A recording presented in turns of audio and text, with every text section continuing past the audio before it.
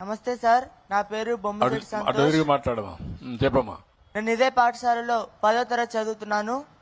Sir, దేశంలో Olympics లో మనం చూసుకున్నట్లయితే భారతదేశానికి చాలా తక్కువ పథకాలు వస్తూ ఉన్నాయి సార్. కాబట్టి మా పాఠశాలలో బ్యాడ్మింటన్ కోర్ట్స్, వాలీబాల్ కోర్ట్స్ ఇలాంటివన్నీ ఏర్పాటు చేసి, అలాగే పక్కనే ఉన్నటువంటి ఇండోర్ స్టేడియంలో షటిల్ ఆడుకోవడానికి మాకు కూడా అవకాశం కల్పిస్తారని కోరుకుంటున్నాం సార్. పిల్లలు బాగా ఆడుకోవాలని చేలు పైకెత్తండి. స్కూలుకు డుమ్మా కొట్టాలంటే ఇంట్రెస్ట్ ఉంటుంది. ఆడుకోవడం అవసరం, ప్లే గ్రౌండ్స్ అవసరం. ఏదైతే ఇక్కడ స్కూల్లో మీరు చెప్పినట్టు one of the best place ఇది, చరిత్ర ఉన్న ప్లేస్ ఇది. దీన్ని నేను ఏ విధంగా అభివృద్ధి చేస్తామని చెప్పి పిల్లలందరూ కూడా రోజు ఆడుతూ పాడుతూ చదువుకునే విధంగా చేస్తాం.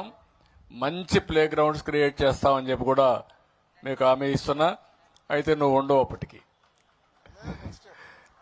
ఇప్పుడు 10th క్లాస్కి వెళ్ళాడు కదా, 10th క్లాస్ కదా నువ్వు. అవును సార్. కాబట్టి నువ్వు అలుమ్నాగా వచ్చి చూస్తా ఉండు అప్పుడు. ఈ ఊరేనా మీది? బాపట్ల సార్. ఓకే, వచ్చి అప్పుడు ఆడుకోవచ్చు. Okay, thank you. Thank you so much sir. 10th class చదువుతున్న అఖిల్ 10th క్లాస్ ఈ సెక్షన్ వాళ్ళ అమ్మగారు మాట్లాడతారు. కె ఝాన్సీ రాణి. రమ్మా. అందరికీ నమస్కారం. నా పేరు కూచిపూడి ఝాన్సీ రాణి. మా బాబు ఈ స్కూల్లో 10th క్లాస్ చదువుతున్నారు. గౌరవనీయులైన ముఖ్యమంత్రి గారు నారా చంద్రబాబు నాయుడు గారికి, విద్యాశాఖ మంత్రి లోకేష్ బాబు గారికి సభకు నమస్కారం. సభకు నమస్కారం. స్టేజ్ మీద ఉన్న ముఖ్య అతిథులకి నా హృదయపూర్వక నమస్కారాలు సార్. మా బాబు 10వ తరగతి చదువుతున్నాడు. 10వ తరగతి అయిపోయిన తర్వాత ఉపాధి హామీ ఎక్కువగా ఉన్న కోర్సులపై అవగాహనకు కెరీర్ గైడెన్స్ కల్పిస్తారని ఆశిస్తున్నాను సార్. మీ బాబు ఏం చేయాలనుకుంటున్నావు నువ్వు? మైక్ పెట్టుకోమ్మా. అదే సార్, పిల్లల్ని మేము అడుగుతున్నాము ఇంటి దగ్గర. 10th అయిపోయిన తర్వాత మీరు ఏ కోర్సులు చదవాలనుకుంటున్నారు, ఏం చేస్తే బాగుండిద్ది అంటే వాళ్ళకి ఒక అవగాహన లేకుండా ఉంది సార్. అందుకని మేము మీ దృశ్యానికి తీసుకొచ్చాం సార్.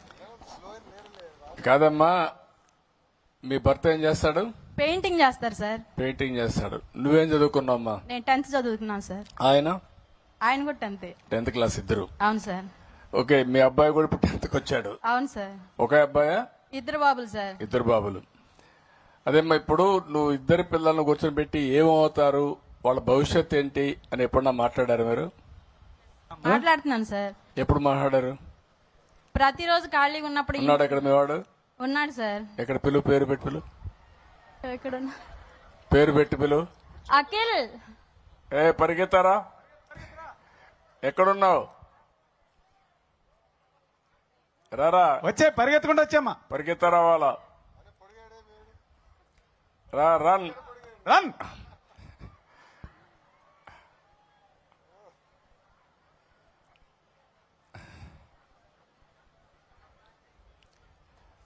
మైక్ ఇవ్వండి. మైక్ ఒకటి ఇవ్వండి అడికి. రారా. నీ పేరేంటి మా? అటు వాళ్ళు. నీ పేరేంటి? అఖిల్. అఖిల్. ఏంటి మీ అమ్మ అడిగింది? ఎప్పుడన్నా కూర్చొని పెట్టి మీ అమ్మ నాన్న నీతో కూర్చొని అడిగారా ఏం చదువుతా అన్నావా? ఏంటి పోలీస్ కావాలని ఎందుకు అనుకున్నావు? నీకు తెలిసిన వాళ్ళు పోలీసులు ఉన్నారా? దగ్గర పెట్టుకో. నీకు తెలిసిన వాళ్ళు ఎవరన్నా పోలీసులు ఉన్నారా? మరి ఎందుకు కావాలనిపించింది? ఎక్కువ అధికారం ఉంది, కర్ర చేతిలో ఉంది, తుపాకు ఉంది, అందరూ భయపడతారు, అంతేనా? ఏంటి చెప్పు. నువ్వు వండుకుని చెప్పా. ఫ్రీగా మాట్లాడు. ఒక స్నేహితుడిగా మాట్లాడు. నీ వెల్విషర్గా, శ్రేయోభిలాషి మాట్లాడు. సమాజం సేవ కోసం సార్. సమాజ సేవ కోసం. ఆ అబ్బాయి ఏంటంటే సమాజంలో లా అండ్ ఆర్డర్ మెయింటైన్ చేసేది పోలీసులు కాబట్టి ఒక పవిత్రమైన బాధ్యత. సమాజ హితం కోసం నేను కూడా పోలీస్ కావాలి అనే ఆలోచన ఉంది. దాన్ని మనం అప్రిషియేట్ చేయాలి. ఇక్కడ నేను చెప్పే వర్షన్ ఏంటంటే, తల్లి తండ్రి పిల్లలు మీరందరూ కూర్చొని ఆలోచించాలి, పిల్లల్ని ప్రోత్సహించాలి. ఆయన పోలీస్ కావాలంటే తప్పులేదు. ఒక మంచి ఉద్దేశంతో నేను పోలీస్ కావాలన్నానంటే బాగా ప్రోత్సహించి ఐపీఎస్ ఆఫీసర్ని చేసే బాధ్యత తల్లి తండ్రి తీసుకుంటే అప్పుడు వాళ్ళ ఆశయం కూడా నెరవేరుతుంది. ఇంకొక పక్కన అందరూ పిల్లలు చిన్న చిన్న ఆలోచనలే కాకుండా బాగా చదువుకొని ఇప్పుడు చాలా మంది పరిశ్రమలు పెట్టే పరిస్థితి వచ్చారు. నేను అందుకే ఒక మాట అన్నారు, 1 ఫ్యామిలీ 1 ఆంటర్ప్రెన్యూర్ అని. ప్రతి ఒక్క ఇంట్లో ఒక పరిశ్రమ పెట్టే వ్యక్తి ఉండాలని, మీరు గాని మీ పిల్లలు గాని ఆ ఆలోచన కూడా రావాలి. అవన్నీ మళ్ళీ మాట్లాడదాం. కానీ తల్లి తండ్రి పిల్లల్ని కరెక్ట్గా గాని ఎప్పటికప్పుడు జాగ్రత్త తీసుకొని వాళ్ళలో ఒక స్ఫూర్తిని రగిలించగలిగితే ఏ స్థాయికైనా ఎదిగే అవకాశాలుంటాయి. మీరు అది చేస్తానే ఉండాలి. వదిలిపెట్టకుండా చేస్తే మంచి ఫలితాలు వస్తాయని చెప్పి తెలియజేసుకుంటూ, మీ అమ్మా నాన్న మాట వింటున్నావా? వింటున్నా సార్. కొంతవరకైనా? పూర్తిగా వింటున్నావా? కొంతవరకు వింటున్నావా? పూర్తిగా వింటాను సార్. ఆ? పూర్తిగా వింటా ఉంటాను సార్. అంటే నీకు వ్యక్తిత్వం లేదా? ఆ? మరి అమ్మా నాన్న పైన ఆధారపడిపోయావు అనుకో, నీకు మంచి మాత్రం విను, నీ ఆలోచన నువ్వు చేస్తావు. అది చేస్తా sir. Okay, good. I wish all the best. Good luck. Thank you sir. Okay అమ్మా, thank you so much sir. రా. స్కూల్ మేనేజ్మెంట్ కమిటీ మెంబర్ కూర్చో. శ్రీమతి ఎన్ హేమమాలిని గారు. నమస్తే సార్, నా పేరు హేమమాలిని. రామ్మా, కూర్చో కూర్చో.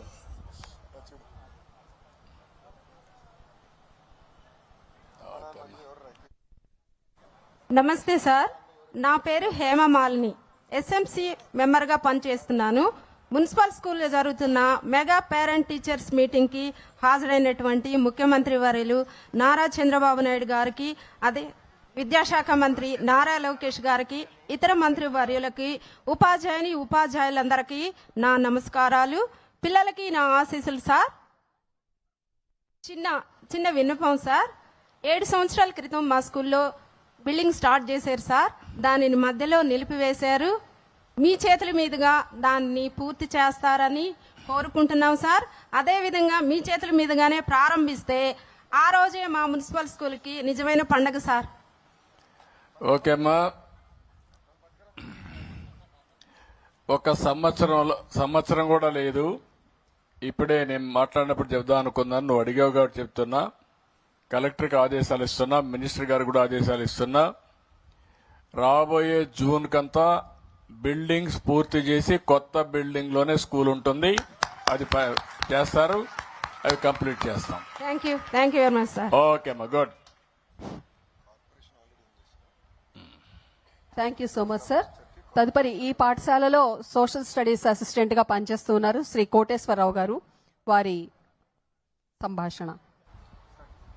నమస్తే సార్, నా పేరు కోటేశ్వరరావు. నేను ఈ పాఠశాలలో సోషల్ టీచర్గా పనిచేస్తున్నాను సార్.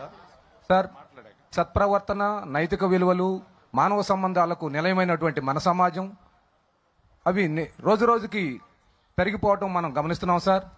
గత 10-15 రోజుల్లో వేరువేరు సంఘటనల్లో గమనించినట్లయితే విద్యార్థులు తోటి విద్యార్థులతో ప్రవర్తించినటువంటి తీరు, అలాగే ఉపాధ్యాయుని పట్ల వ్యవహరించినటువంటి తీరు, ఇవన్నీ మనం కొంత ఆశ్చర్యానికి, ఆందోళనకి గురవుతున్నాం సార్. ఉపాధ్యాయులుగా పాఠశాలలో సత్ప్రవర్తనని పెంపొందించే విషయంలో మా వంతు కృషి మేము చేస్తున్నాం సార్. అలాగే విద్యా పాఠ్యాంశాలలో నైతిక విలువలని పెంపొందించేటటువంటి వాటిని ఏర్పాటు చేయవలసిందిగా, మరియు నిష్ణాతులైనటువంటి వారి చేత విద్యార్థులకు ఈ లక్షణాలను పెంపొందించే విధంగా ప్రత్యేకమైనటువంటి కౌన్సిలింగ్ ఏర్పాటు చేయించవలసిందిగా తమని కోరుతున్నాను సార్. Thank you sir.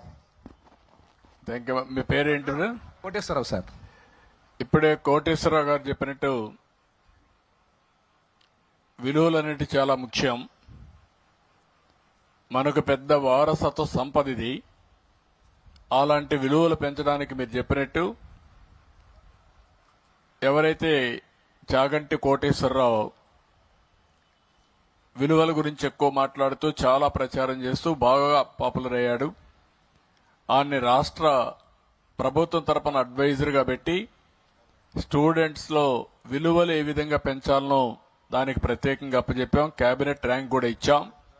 మీరు చెప్పింది చాలా మంచి పాయింట్. అది కౌన్సిలింగ్ కూడా అవసరమైతే సమాజంలో విలువలతో కలిసి ముందుకు పోయే వ్యక్తులు ఉంటారు, వాళ్ళను కూడా ఐడెంటిఫై చేద్దాం, ఆ స్కూల్లో కూడా పెడదాం. ఎక్కడికక్కడ పెట్టి ఇవన్నీ కూడా మాట్లాడుతూ ఉంటే మనకుండే వారసత్వ సంపద భవిష్యత్తుకి అందజేసే పరిస్థితి వస్తుంది. తప్పకుండా చేస్తా అని చెప్పి నేను మీకు హామీ ఇస్తున్నా. Will do it. Thank you. Thank you very much, sir. Thank you sir. ధన్యవాదాలు సార్. ఇక అందరూ ఉన్నత విద్యలు చదువుకుని విదేశాలలో బాగా డబ్బులు సంపాదించాలని అనుకుంటారు. అయితే విదేశాల్లోనే ఉన్నత విద్యలు చదువుకుని మన దేశంలో అత్యున్నతమైన స్థానాన్ని విద్యకు అందించాలనేటువంటి లక్ష్యంతో విచ్చేశారు మన గౌరవ ముఖ్యమంత్రి గారి కుమారుడు. మరి ఆయన ఇప్పుడే అన్నారు, మీ అమ్మ నాన్న చెప్పిన మాటలు వింటే నువ్వు కూడా మంచి అభ్యున్నతికి వస్తావని. అది రుజువు చేసి చూపించినటువంటి గౌరవ మన హ్యూమన్ రిసోర్సెస్ డెవలప్మెంట్ మినిస్టర్ గారు, అలాగే ఇన్ఫర్మేషన్ టెక్నాలజీ మినిస్టర్ గారు గౌరవనీయులు శ్రీ నారా లోకేష్ బాబు గారిని మాట్లాడవలసిందిగా స్వాగతం తెలియజేస్తున్నాను. Welcome sir. అందరికీ బాగా ఆకలిస్తున్నట్టుంది. క్షమించాలి, కార్యక్రమం దాదాపు గంట సేపు ఆలస్యంగా ప్రారంభమైంది.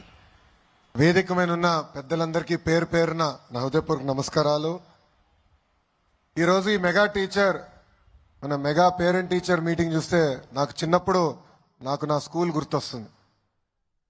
అప్పుడు కూడా మాకు ఇట్లా పేరెంట్ టీచర్ మీటింగ్లు ఉండేది. మా అమ్మ వచ్చేది. అప్పటికే గౌరవ ముఖ్యమంత్రి గారు రాష్ట్రానికి టీచర్, అందుకే ఆయన ఎప్పుడు రాలేదు. బహుశా ఇది మొదటిసారి అనుకుంటా గౌరవ ముఖ్యమంత్రి గారు పేరెంట్ టీచర్ మీటింగ్ వస్తాం. మీ ప్రోత్సాహంతో సార్ ఈరోజు ఆంధ్ర రాష్ట్రంలో మొత్తంలో చూస్తే సంక్రాంతి పండుగ ముందు వచ్చిన వాతావరణం ఈరోజు ఉంది. పిల్లల్లో నాకు దేవుడు కనిపిస్తారు. నేను ఎప్పుడూ పిల్లలను చూస్తే నాకు మా అబ్బాయి దేవాంశ్ గుర్తొస్తాడు. అందుకే నాకు ఎంత పని ఒత్తిడున్నా పాదయాత్రలో కూడా కొంచెం ఆలస్యంగా నడుస్తుంది కార్యక్రమం అనుకున్నా పిల్లలు వస్తే మటుకు ఆగేవాడిని, వాళ్ళతో మాట్లాడేవాడిని, వాళ్ళతో ఆడుకునేవాడిని. పిల్లల భవిష్యత్తు బంగారంలాగా తయారు చేసే అవకాశం నాకు ఇచ్చిన గౌరవ ముఖ్యమంత్రి గారికి ఈ సభాముఖంగా నా హృదయపూర్వక ధన్యవాదాలు తెలుపుకుంటున్నాను. అమ్మ నాన్న జన్మిస్తే విద్యా విలువలు ఉపాధ్యాయులు నేర్పిస్తారు. లీడర్ అయినా, ఆఫీసర్ అయినా, రాజకీయ నాయకుడైనా, లాయర్ అయినా అందరూ ఉపాధ్యాయుల దగ్గరనే చదువుకున్నవారు. Education as a tool for social change అని మహాత్మా గాంధీ గారు చెప్పారు. అది బలంగా నమ్మే వ్యక్తి గౌరవ ముఖ్యమంత్రి చంద్రబాబు నాయుడు గారు. చంద్రబాబు నాయుడు గారు నాకు విద్యాశాఖ అందించినప్పుడు చాలా స్పష్టంగా చెప్పారు, ఆంధ్ర రాష్ట్రమే భారతదేశానికి ఒక ఆదర్శంగా అంటే ఒక మోడల్గా నిలబడాలని ఆదేశాలు జారీ చేశారు. ఈరోజు ఈ మెగా పీటీఎం అనేది తొలి అడుగు. ఈ మెగా పీటీఎం ద్వారా ఉపాధ్యాయులు, విద్యార్థులు, తల్లిదండ్రులు, పాత విద్యార్థులు అందరి మధ్యలో ఒక బంధం ఏర్పడే అవకాశం. ప్రభుత్వ విద్యా వ్యవస్థ బాగుపడాలంటే మనందరం దాంట్లో భాగస్వామ్యం అవ్వాలి. ఇదే లక్ష్యంతో రాష్ట్ర వ్యాప్తంగా మొదటిసారి ఏ రాష్ట్రంలో జరిగిన విధంగా ఒకే రోజు నాడు మెగా పీటీఎం మీటింగ్ మనం ఏర్పాటు చేసుకుంటున్నాం.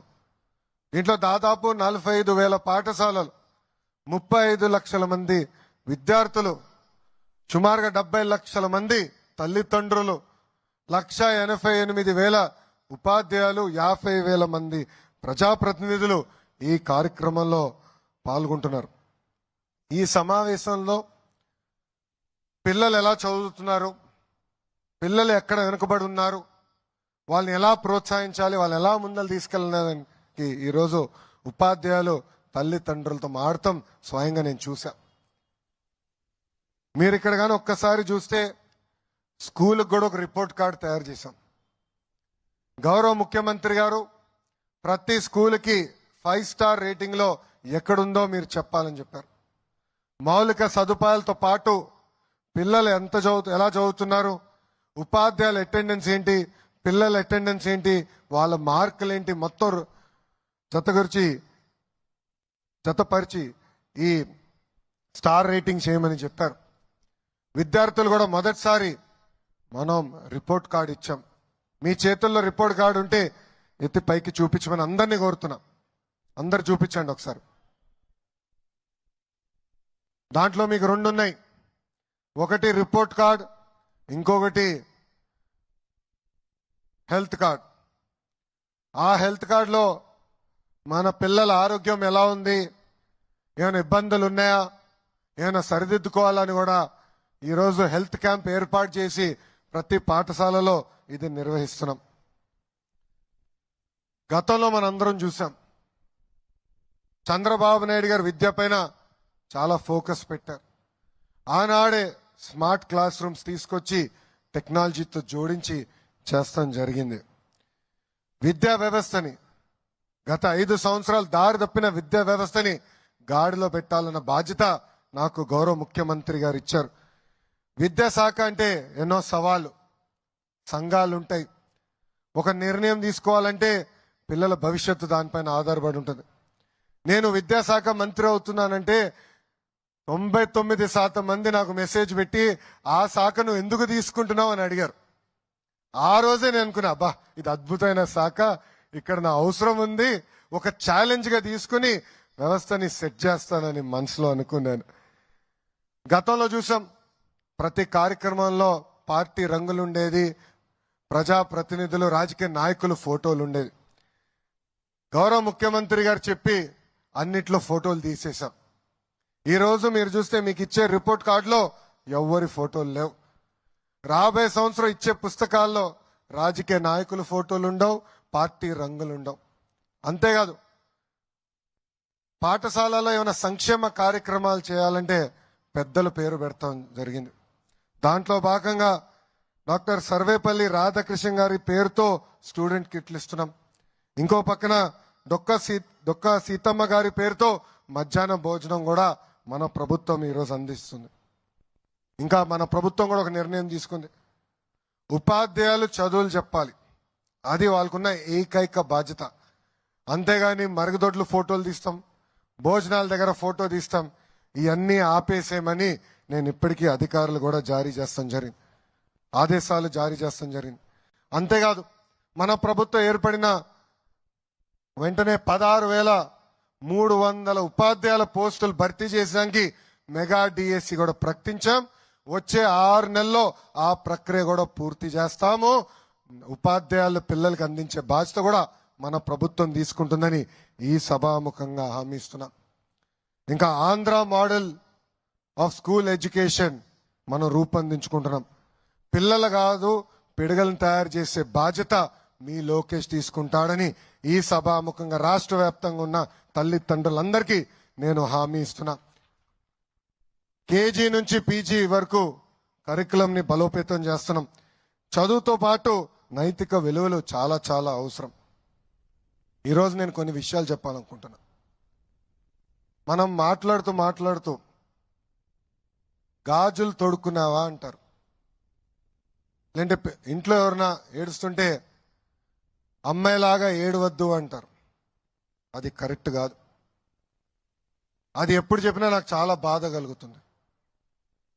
సమాజంలో మార్పు రావాలంటే మన ఇంటి నుంచే ఆ మార్పు మొదలవుతుంది. అందుకే పుస్తకాల్లో కూడా మహిళల్ని గౌరవిస్తాం కానివ్వండి, ఇంటి పనులు కూడా సమానంగా ఇద్దరు చేయాలనేది పుస్తకాల్లో పెట్టబోతున్నాం. వచ్చే సంవత్సరం నుంచి అది కూడా చేస్తున్నాం. ఇంతేకాకుండా ఆడ మగ సమానం అనేది పిల్లలకి పాఠశాలల్లోనే నేర్పిస్తామని ఈ సభాముఖంగా తల్లిదండ్రులందరికీ నేను హామీ ఇస్తున్నా. ఇప్పుడే గౌరవ ముఖ్యమంత్రి గారు చెప్పినట్లు పిల్లల్లో నైతిక విలువలు చాలా చాలా అవసరం. ఇది అనేక సార్లు గౌరవ ముఖ్యమంత్రి గారు నాకు చెప్తాం జరిగింది. ఇప్పుడే పెద్దలు చెప్పినట్లు నేను అమెరికాలో చదివా, స్టాన్ఫర్డ్ లో ఎంబీఏ చేశా. చాలా మంది అడిగారు, స్టాన్ఫర్డ్ లో మీరు ఎంబీఏ చేశారు, మీరు ఏం నేర్చుకున్నారని. వాళ్ళకి ఒకటే చెప్పా, పుస్తకాలన్నీ చదివాం, కేస్ స్టడీస్ చేసాం, అన్నీ నేర్చుకున్నా. అది కాకుండా నాలో మార్పు తీసుకొచ్చిన ఒక ఘటన ఉంది. మొదటిసారి నేను ఎల్లక్కడ పరీక్షలు రాయాల్సిన సమయంకి వెళ్తే ఉపాధ్యాయులు వచ్చి పేపర్లని టేబుల్ మీద పెట్టారు. క్వశ్చన్ పేపర్ టేబుల్ పైన పెట్టి మమ్మల్ని అందరినీ పక్క పక్క అంటే ఒకే కుర్చీ కాదు, ఒక కుర్చీలో కూర్చొని పక్క కుర్చీ ఖాళీ పెట్టి ఇంకొక కుర్చీలో కూర్చోండి అని చెప్పారు.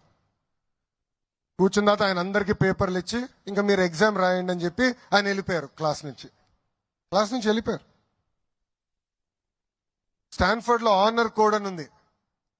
నేను కాపీంగ్ చేయను, పక్కోడు కాపీ చేస్తే రిపోర్ట్ చేస్తానని. సుమారుగా ఒక 30 ఎగ్జామ్లు రాసుంటా, 30 పరీక్షలు. ఎక్కడ ఒక్క టీచర్ కానీ ఇన్విజిలేటర్ లేరు. అందుకే అంటున్నా, సమాజంలో నైతిక విలువలు చాలా చాలా అవసరం. ప్రత్యేకంగా పిల్లల నుంచే ప్రారంభం అవ్వాలి. దీనికోసం గౌరవ ముఖ్యమంత్రి గారు సలహాదారుగా చాగంటి కోటేశ్వరరావు గారిని నియమించారు. వారి డైరెక్షన్ లో ప్రత్యేక పాఠాలు కూడా త్వరలో రూపొందిస్తున్నాం. దీంట్లో భాగంగా లైఫ్ స్కిల్స్, సివిక్ అవేర్నెస్, ఆటలు పాటలతో పాటు పిల్లల్ని చదివించే బాధ్యత మేము తీసుకుంటున్నాం.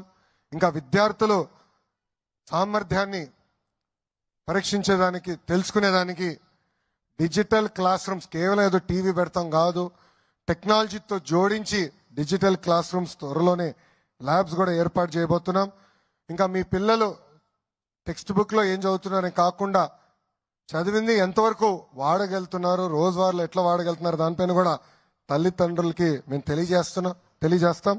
అన్ని పాఠశాలల్లో tables, leak proof class rooms, తాగునీరు, మౌలిక వసతులు కూడా అందిస్తాం.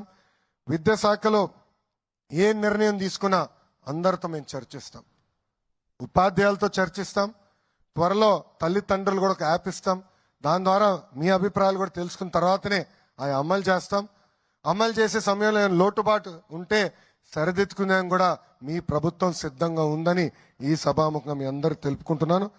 ఇంకో ముఖ్యమైన విషయం ఇప్పుడే తమ్ముడు చెప్పాడు, డ్రగ్స్ వద్దు బ్రో అని. డ్రగ్స్, గంజాయి వల్ల ఒక తరం నాశనం అవుతుంది. స్వయంగా నేను యువగలం పాదయాత్ర చేసినప్పుడు చాలా తల్లులను కలిసా. వాళ్ళు నన్ను కలిసి వాళ్ళ బాధలు చెప్పుకున్నారు. ఎవరో దారిలో, పిల్లలు దారిలో నడుచుకుంటా ఇంటికి వెళ్తుంటే ఒకడొచ్చి డ్రగ్స్ అలవాటు చేశారని. ఒక తల్లి అయితే ఆమెకి 3 కూతురున్నారు. పెద్ద కూతురిని గంజాయికి అలవాటు చేసి శారీరకంగా 30 రోజులు వాడుకున్నారు వాళ్ళు. ఆ తల్లి నాకు చెప్పింది ఇప్పుడు కూడా నాకు బాగా గుర్తుంది. అందుకే గౌరవ ముఖ్యమంత్రి గారు కోరితే కేబినెట్ సబ్ కమిటీ ఏర్పాటు చేశారు. ఈగల్ పేరుతో ఒక ప్రత్యేక టాస్క్ ఫోర్స్ చేశారు. ఈ డ్రగ్స్ ఎక్కడ పండిస్తున్నారో, ఎక్కడ ప్రాసెస్ చేస్తున్నారో, ఎక్కడ తయారు చేస్తున్నారో ముఖ కంఠంతో యుద్ధం మనం ప్రకటించుకున్నాం. కానీ దీంతో పాటు ఇక్కడున్న విద్యార్థులందరూ కూడా కోరుతున్నాం, డ్రగ్స్ కి, గంజాయికి దూరంగా మనందరం ఉండాలి.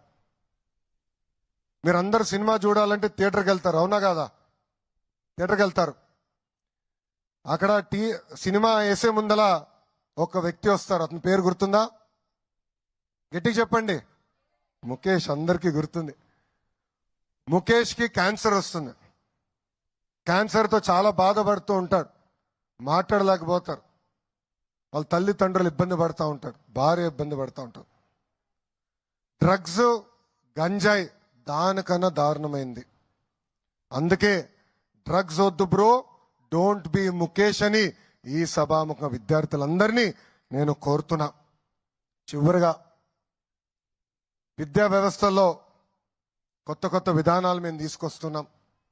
గౌరవ ముఖ్యమంత్రి గారి ఆదేశాల మేరకు రాబోయే 4 సంవత్సరాల్లో అన్ని ప్రభుత్వ పాఠశాలల్ని అభివృద్ధి చేయమని చెప్పారు.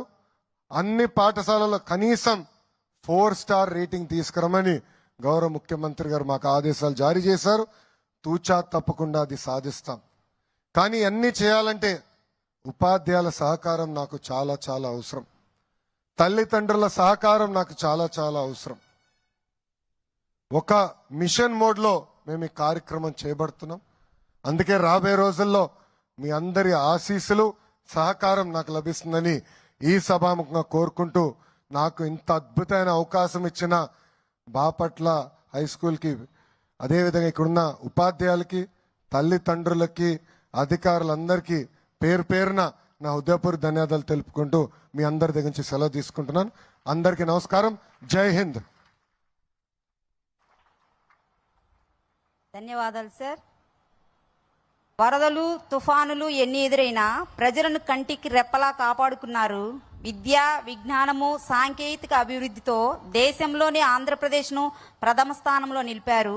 ఇప్పుడు భవిష్యత్తును తీర్చిదిద్దే ఒక మంత్రదండాన్ని ప్రయోగించి కొత్త కొత్త చదువులతో పిల్లల తరానికి బంగారు భవిష్యత్తును బహుమతిగా ఇవ్వబోతున్న మన ప్రియతమ ముఖ్యమంత్రి గారు గౌరవనీయులు శ్రీ నారా చంద్రబాబు నాయుడు గారిని పిల్లలను ఉద్దేశించి మాట్లాడవలసిందిగా తెలియజేస్తున్నాను.